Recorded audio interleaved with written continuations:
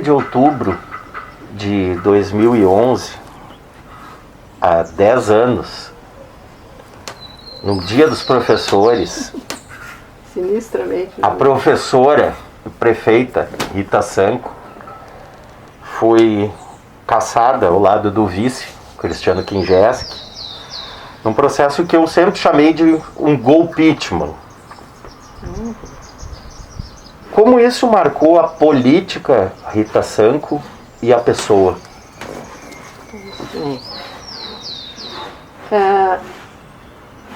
Eu sempre caracterizei também como golpe desde o início, porque não existia nem crime e nem infração. E aquela mentira que foi usada para fazer o golpe, ela é bem atual hoje, no contexto político, através de fake news e de mentiras. Então é um processo que começou lá e que hoje está mais caracterizado na política. Bom, isso como é que marcou? Na política, foi um processo assim até de revigoramento da necessidade de tornar as ideias e os programas cada vez mais claros na população, para que a gente evite processos como esse. Somente um procedimento pedagógico de compreensão de que a política deve se mover por programas, para que as pessoas tenham mais convicção na hora de fazer o seu voto e o façam baseado em programas, para que se diminua esse risco desses malabarismos na política à mercê de interesses pontuais. Tanto interesses pontuais, que aqueles que se juntaram, quer para apoiar, quer para denunciar, quer para votar, poucos dias depois já estavam brigando entre eles porque não se acertaram ali na divisão, né, do poder e dos espaços na política. Tanto que quem propôs ou votou hoje quer se apresentar como oposição na cidade. Então isso tudo é fruto de uma visão pouco consistente, né, do que é programático e o que alinha. Enquanto pessoa, não dá para... Assim, é uma coisa complexa de entender, né? Mas o que moveu assim a resistência de todo esse processo foi né, a convicção de que todo aquele trabalho era um trabalho coletivo, né, e que o golpe ele se deu mais pelos acertos da nossa concepção de programa, em contraposição ao que o outro lado entendia como ser o relevante, e a certeza de que a gente não tinha cometido nada de infração, nem de crime, tanto é que não há nenhuma condenação. Então isso é um processo de elaboração e de fortalecimento também. E eu já te disse uma vez e repito, se pudesse estar na condição de quem cometeu a injustiça ou que foi injustiçado, eu ainda prefiro me sinto melhor estar nessa posição do que ter cometido uma injustiça contra uma cidade, contra alguém individualmente. Então é um processo que eu acho que até me fortaleceu assim, a ter mais clareza, mais convicção, mais firmeza nas coisas que eu defendia, né? Passam os anos, 10 anos, e fica o símbolo, né, a tatuagem política, vamos dizer assim. Então impera que tu esclareça. Das 11 denúncias do impeachment, foste condenada em alguma? Existe alguma que ainda resta em discussão? Não há nenhuma condenação.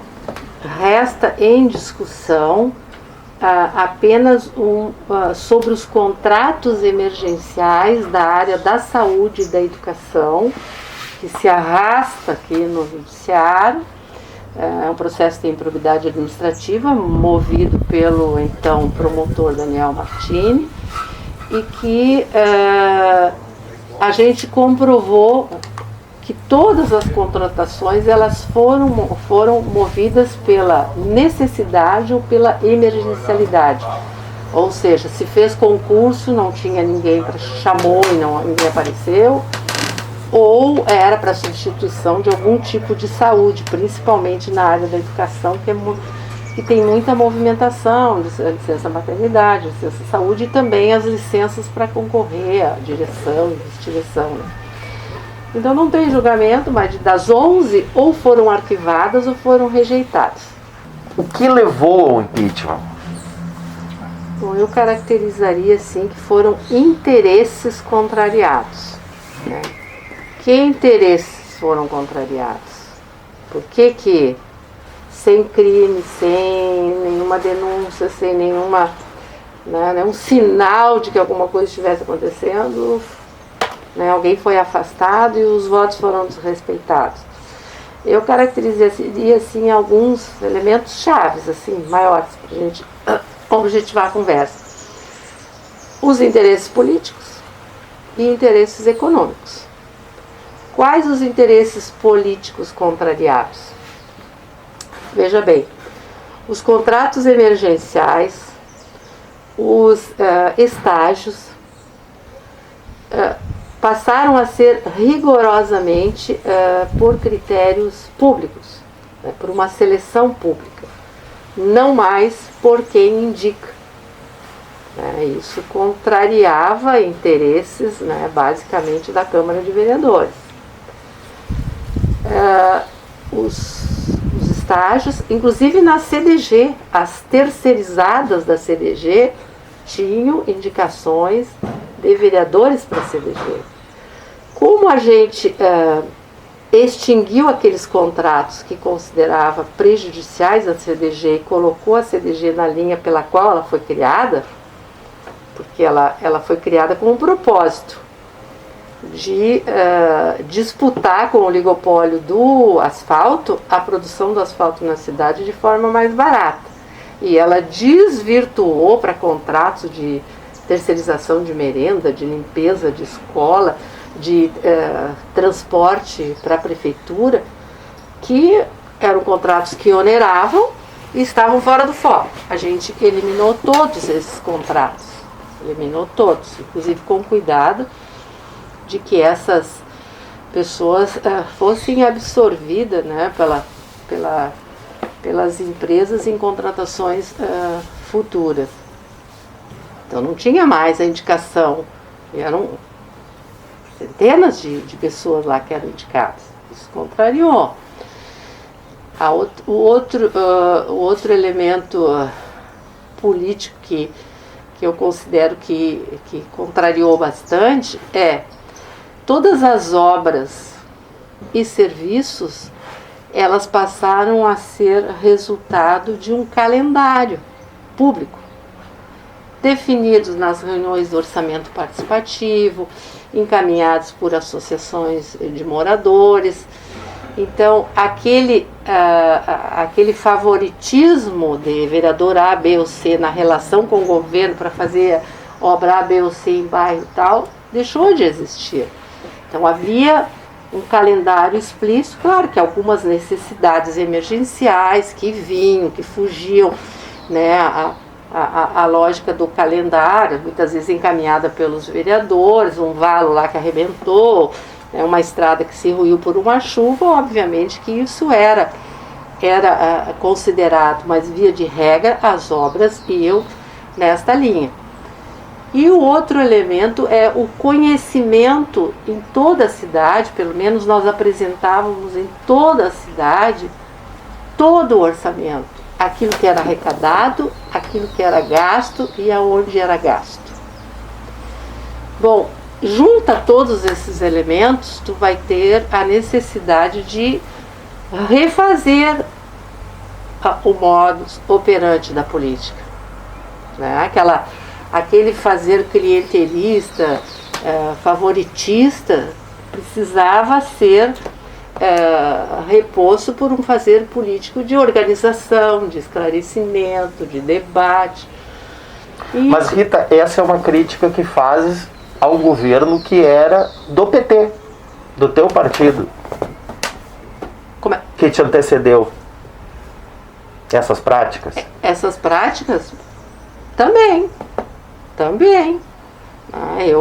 Eu em alguns momentos tinha embates, né?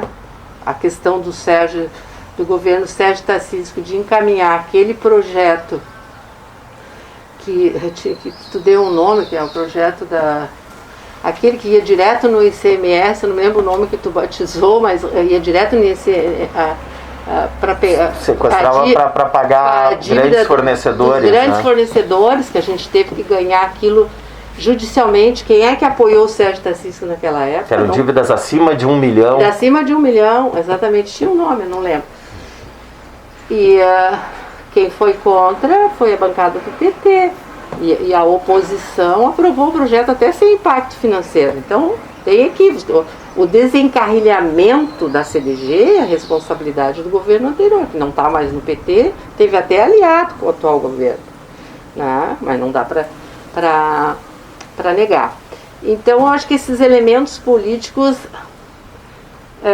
davam sinais de que teria que ter uma mudança na forma de fazer política, e isso, né, tu sabe que para velha política não é uma coisa fácil, né? Rita, e além dos econômicos que eu ainda não citei. Por favor, era exatamente o que eu ia te perguntar, né? Sobre citaste dos interesses econômicos. Eu vou além. Acredita que houve dinheiro, corrupção envolvida para aprovação do impeachment? É dito que sim. Agora, eu não, se ouve falar que havia quem, até tanto para caçar como para não caçar, mas parece que os valores não se aproximaram. Conversa de corredor que eu não tenho como provar. Já escutei isso, mas fui escutar depois disso, né? À época a gente supunha, né? Mas sem confirmação. E quais os interesses econômicos assim que a gente poderia citar? Que termina se relacionando com a política. Um deles. Quando tu tem no quadro mural da Secretaria da Fazenda a ordem de pagamento dos devedores, dos credores, isso significa que ninguém pode interceder pelo pagamento e ninguém pode se beneficiar do pagamento. Isso era uma coisa difícil, né? Não para nós, mas para quem estava acostumado a funcionar de outro jeito. A outra coisa foi a nossa insistência em recuperar a CDG, para que ela tivesse o papel pelo qual ela foi criada, corretamente criada ela. Só se descambou, né? A nossa insistência de corrigir o foco, tanto é que quando nós saímos, a CDG não estava mais dando prejuízo. O que ela tinha era o acumulado da gestão anterior. Nós fomos reduzindo, tirando os contratos que davam prejuízo e focando na questão do asfalto. Aí esbarra em outro interesse contrariado, que é o oligopólio do asfalto, né? De dividir entre si quem fica com essa ou com aquela cidade.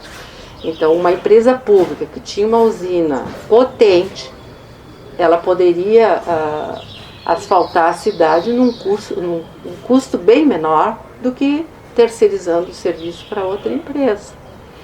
A nossa insistência em manter um aterro público, que ele tinha condições de operar regularmente, estava operando sem maiores problemas, a um custo bem menor a tonelada para o município, e sem o risco de transportar mais de 100 quilômetros, né, correndo tipo de prejuízo ambiental.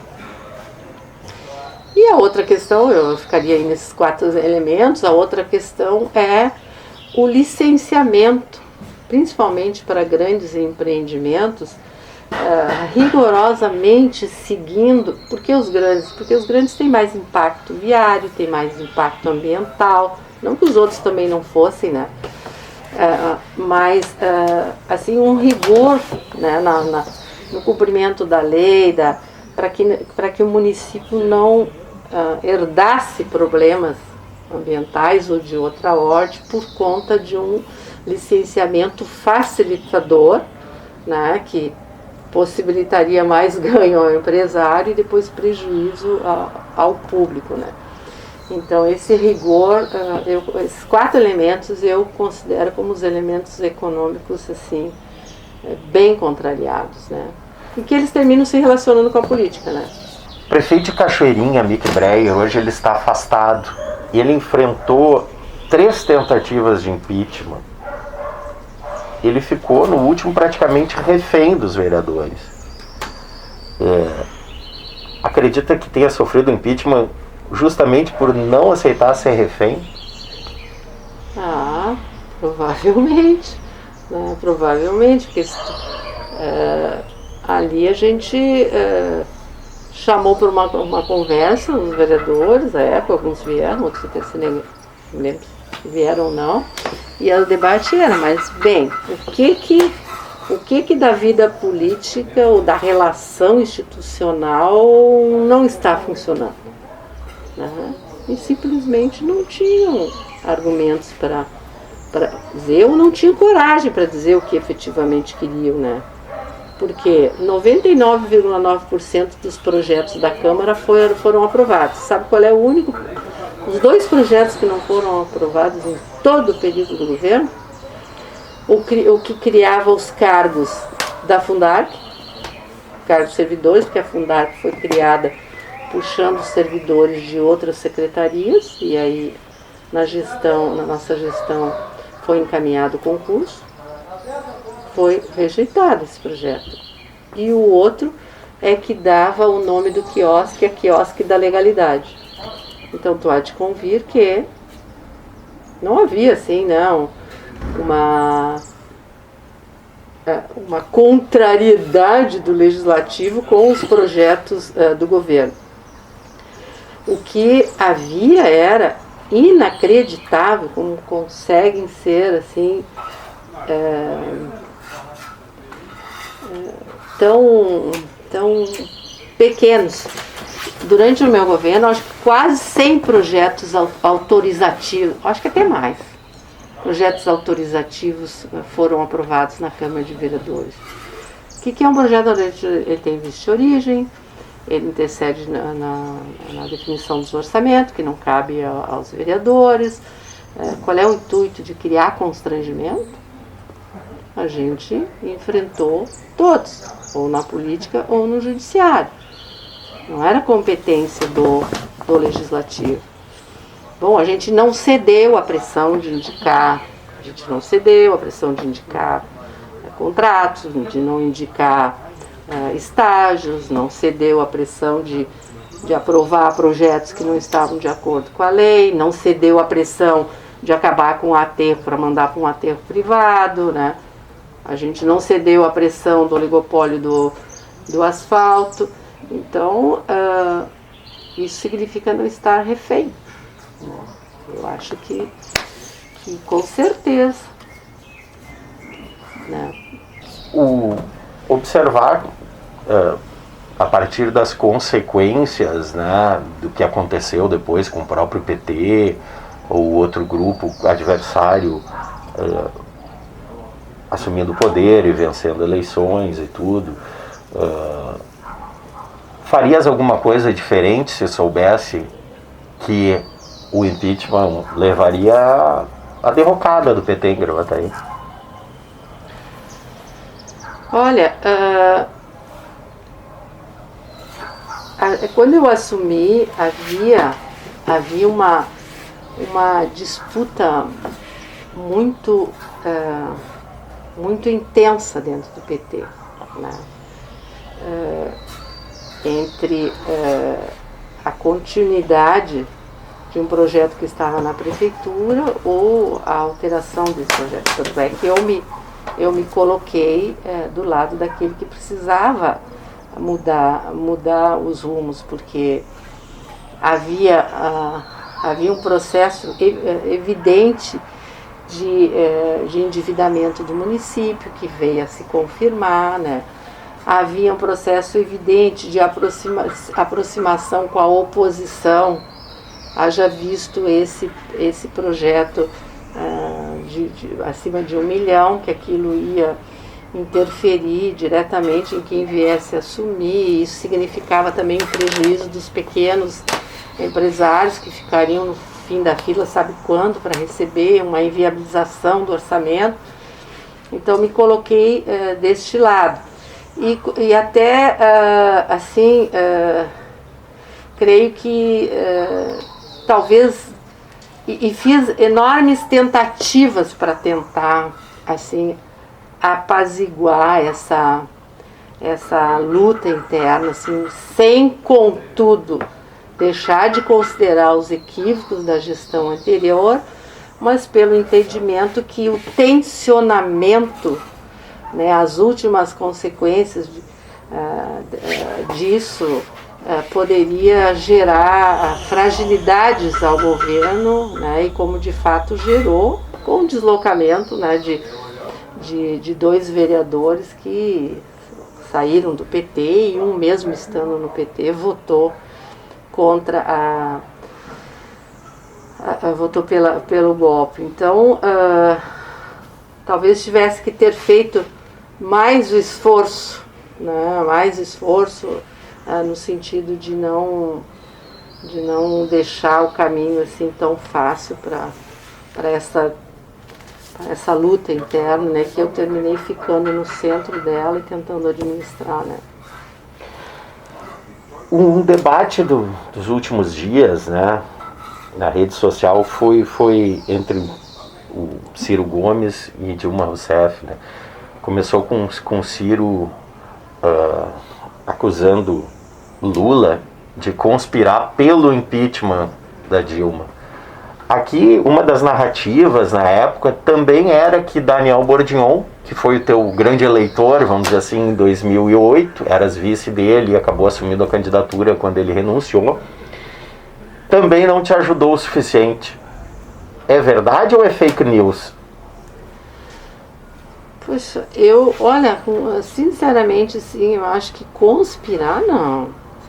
Até porque eu participei de vários movimentos assim que ele fez no sentido de tentar manter o campo de apoio assim ao governo. Acho que conspirar não creio que tenha chego a este ponto, né? Não creio. Seguindo no Bordignon, o Bordignon concorreu pelo PDT em 2016 e teve como vice Cláudio Ávila, que foi o advogado que apresentou o impeachment, né? A chapa venceu a eleição, o Bordignon foi impugnado, né? Depois, em 2020, agora ele apoiou a Anabel Lorenzi, a prefeita, que foi um voto a favor do teu impeachment. Esse verão passado do Bordignon é o que impede que, publicamente, ao menos, Rita Sanco e tua corrente, a DS, ou o grupo próximo a ti, não apoia a entrada dele no PT agora, que é o que ele está tentando? Bom, assim, o pedido de retorno dele para o PT é uma discussão muito interna do PT, assim, que eu gostaria de não tratar, porque historicamente nunca tratei de debate interno de forma pública. Isso é uma questão. Agora, que eu considero um equívoco político dele ter, né, com a história que ele tem, né, da esquerda, né, de se alinhar com os projetos do campo de esquerda, ter feito aliança com o golpismo em 2 períodos sucessivos. Então um poderia ser um equívoco, agora o outro, por que razão, né? Eu considero isso um equívoco político, né? E que teve consequências, sim, na eleição da Anabel, principalmente na eleição da Anabel, né? Que o resultado eleitoral dela traduz um pouco desse descontentamento, principalmente do funcionalismo, que tem essa questão mais clara, né? Eu considero um equívoco, né? Mas a discussão partidária eu precisaria nem tocar nela.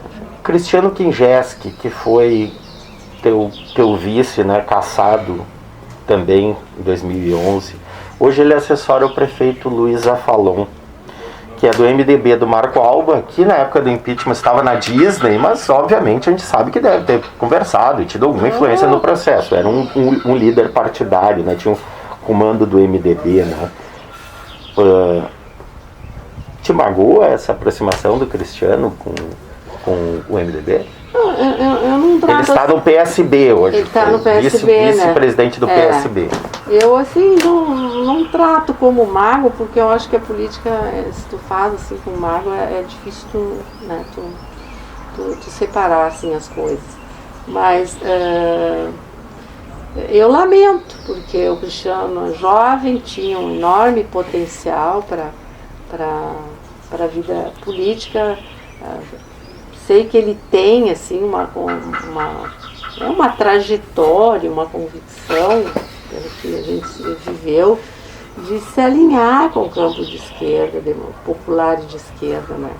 Então eu lamento, assim, que ele tenha, né, que ele tenha saído do PT. Fez uma opção pelo PSB, que está dentro do campo de aliança que, historicamente, o PT sempre reconheceu, resguardado algumas peculiaridades assim, locais, mas o PSB sempre esteve, né? Então que ele se mantenha ali, né? que não rume mais para a direita, né? Mas mágoa não. Rita, se são 10 anos do impeachment, são 10 anos de MDB no governo. Qual a tua avaliação desse período?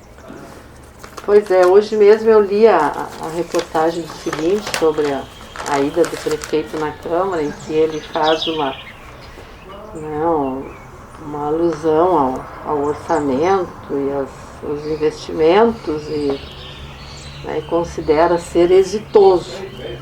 Antes de responder, vem uma pergunta, depende de que lugar a gente se coloca para considerar, né, que foi só êxito, como ele tenta colocar, né? E eu começaria dizendo assim, uma cidade ela é muito parecida com uma família. Tu embeleza a casa, né, troca piso que tá bom, faz, né, reformas mil, mas as pessoas que vivem ali dentro talvez não estejam recebendo o atendimento que elas precisariam. E que este recurso todo usado, que não deixa de ser também importante, mas nem sempre é o prioritário. E aí se a gente vai pegar área por área, nós vamos identificar os problemas. E eu centraria como um governo de pouco ou quase nada de realização efetiva na área social. E alguma coisa que tinha, e o que tinha ainda destruiu. Vamos pegar área por área. Se tu pega a área da cultura, o investimento cultural, e não adianta falar que é pandemia, que agora não dá para aglomerar, o PMDB está há 10 anos, na pandemia, 1 ano e 10 meses. Né?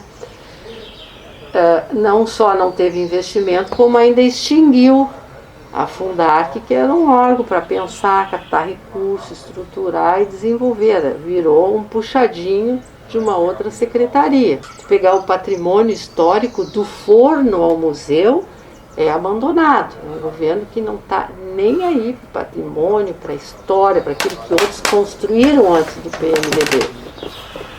Inclusive a informação que eu tenho é que até os sites da prefeitura dos anos anteriores foi tudo...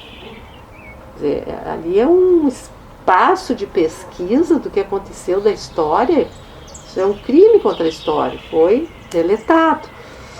Se tu pega a área da saúde, foram feitas obras de reparo, muitas coisas já eram destinadas do governo da Dilma, né?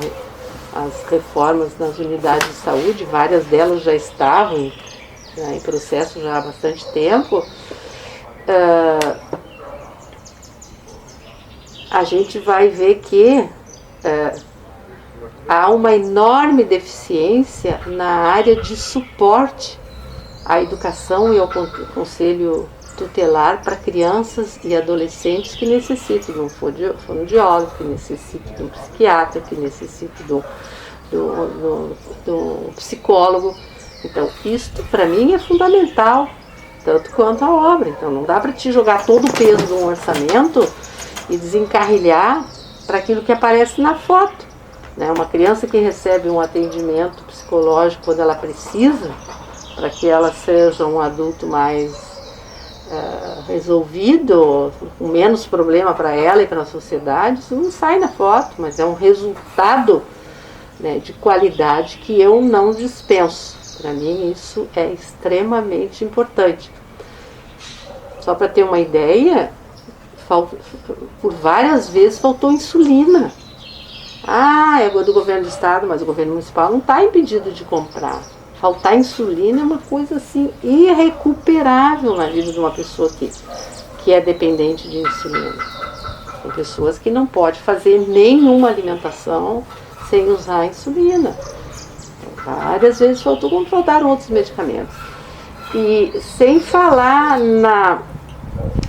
no processo de privatização da área da saúde, porque isso tem consequências na qualidade do ensino, do serviço, porque há uma rotatividade de profissionais que via de regra são mal pagos, né, que não conseguem prestar um serviço de qualidade em detrimento de quem é um servidor de carreira minimamente reconhecido, que conhece o paciente, que conhece a sua comunidade.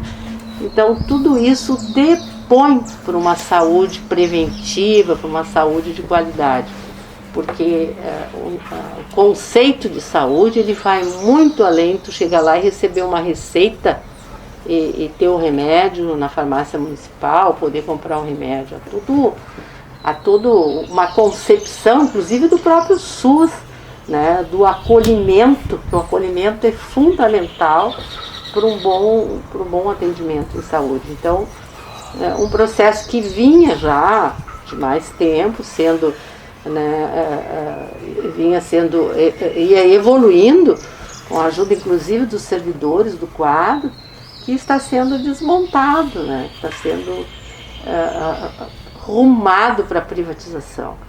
E aí alguns servidores do quadro que recém-iniciaram estão abandonando, porque acham que vai virar um quadro em extinção, né, sem reajuste, sem nada, procuram outras alternativas. Olha a consequência, lá na ponta, uma saúde de baixa qualidade, mas tem um posto bonito inaugurado, entendeu? A concepção do que sai na foto e a concepção do que efetivamente, né, modifica a vida das pessoas, né? Se tu pegar a questão da educação, foi uma guerra dos trabalhadores de educação no início do governo Marco Alba com aquele tal de positivo. É um projeto pedagógico vindo de fora, quando a gente tem no quadro pessoas capacitadas para pensar e não partiu do nada. Quer dizer, existe já uma história do pensar pedagógico no município de Gravataí que vem de muito tempo, fruto do trabalho da educação, dos sindicatos, da sensibilidade dos governos. E aí tu implanta um negócio assim vindo de fora que não tem nada a ver com a realidade. Isso cria um desconforto e um desarranjo na rede, sem falar no arroz salarial que a categoria vive. Quer dizer, por um lado tu alardeia nada em dinheiro, que está super bem, por outro lado os trabalhadores em educação não têm reajuste. E isso é uma concepção assim que não pensa o andar de baixo, porque tu investir em salário, e aí eu vou entrar depois na questão da área social, tu investe diretamente na produção, na economia local, porque o professor não vai gastar na Disney, ele gasta no comércio local. O Bolsa Família, a complementação de renda, não vai para o Zafra em Porto Alegre gastar, ele gasta no mercadinho da vila, que aquilo ali se transforma depois em receita, né? E aí vamos para a área social. A área social é uma tragédia, né? Porque todos os programas que existiam claro que com o aporte de recurso estadual e federal, porque à época tinha o governo Dilma e o governo Tarso, que incidiu na questão da segurança, né? A gente tinha projeto, por exemplo, lá no Rincão, de 100 mulheres do Rincão, cadastrados, que recebiam formação, recebiam um valor mensal para identificar na comunidade os jovens que não estavam na escola, os jovens que precisavam de atendimento para uso de drogas, para qualificar a mão de obra, para ter documentação, cujo objetivo era a emancipação para o mercado de trabalho. E aí tu termina com... não tem nada disso. E aí tu enfrenta o problema da drogadição, da violência com discurso e adesivozinho, cartazinho? Não, enfrenta com um projeto lá na base, lá no fundo, para recuperar as pessoas, né? Então, assim, a gente passou a pandemia e o que o governo, qual é a iniciativa de um governo que diz que nada é dinheiro para melhorar a vida dos mais pobres? Ele distribuiu o rancho de quem doou o rancho, né? E muitas vezes os vereadores juntos distribuindo, né? Nenhum projeto de complementação de renda. Quando nós saímos do governo, nós estávamos para implantar um projeto de complementação de renda além do Bolsa Família, porque é um dinheiro diretamente injetado no comércio local que vai, né, gerar imposto, e aí a pessoa compra a sua própria passagem, não precisa ganhar passagem de graça, porque ela vai ter o recurso. Só que aí tu muda da lógica, ao invés de investir no andar de cima, tu investe no andar de baixo. Então, assim, eu resumiria toda essa conversa dizendo que nos 10 anos do PMDB, os pobres estão cada vez menos no orçamento. Cada vez menos. Combinado também com as políticas do Estado e da União, da qual eles são da mesma turma, que congelou por 20 anos os salários na área da saúde, né, da área da educação, foi a tal PEC da morte, que se a gente for analisar, há uma transferência, né, de prioridade do orçamento, do recurso público para quem mais precisa, né? Acredita que num eventual segundo turno entre Lula e Bolsonaro, o grupo que hoje está no governo vai estar ao lado do Bolsonaro ou pode estar com o PT no mesmo palanque? Pois então, como eles fazem política de uma forma muito pragmática, né, e pouco programática, se fosse por programa eu diria que não estariam, né, que não deveriam, até para que as pessoas entendam bem quem é quem, tá? Eu a minha vida inteira fiz questão que todo mundo soubesse como eu sou, não quero confusão comigo. E te digo aqui, ó, nunca ninguém me convidou a se filiar em outro partido. Por que isso? Sabe o que é isso? Nunca. Não tenho isso como mago, tenho isso como alguém que podem concordar ou podem discordar. Faz parte do processo democrático, mas as pessoas sabem exatamente como eu sou. Como eu acho que é imprevisível onde eles podem estar. É muito imprevisível, porque, como eu comecei te dizendo aqui, quem foi autor, quem votou, se juntou com quem se beneficiou, uma semana depois já não estavam mais juntos, algum tempo depois já se colocam como oposição. É uma mudança assim, que, como ela é conduzida pelo pragmatismo, é difícil de prever. Não. Tens planos políticos para o futuro, digo planos eleitorais, né, de concorrer, né? É. Acredito que já tenhas pagado a pena de afastamento político, né? Pegaste ainda um momento da lei onde eram 8 anos de afastamento, quase um banimento, né, da política, né? Exato. Isso terminou? Está terminando? Tens interesse em concorrer? Terminou em dezembro agora de 2020. Não tenho planos de concorrer. Nenhum. De concorrer nenhum. Agora, de atuar na política partidária, sindical, bastante. Né? Tenho atuado muito, mas de concorrer, não. Eu acho que tudo tem seu tempo, né? Não tem nenhuma pretensão.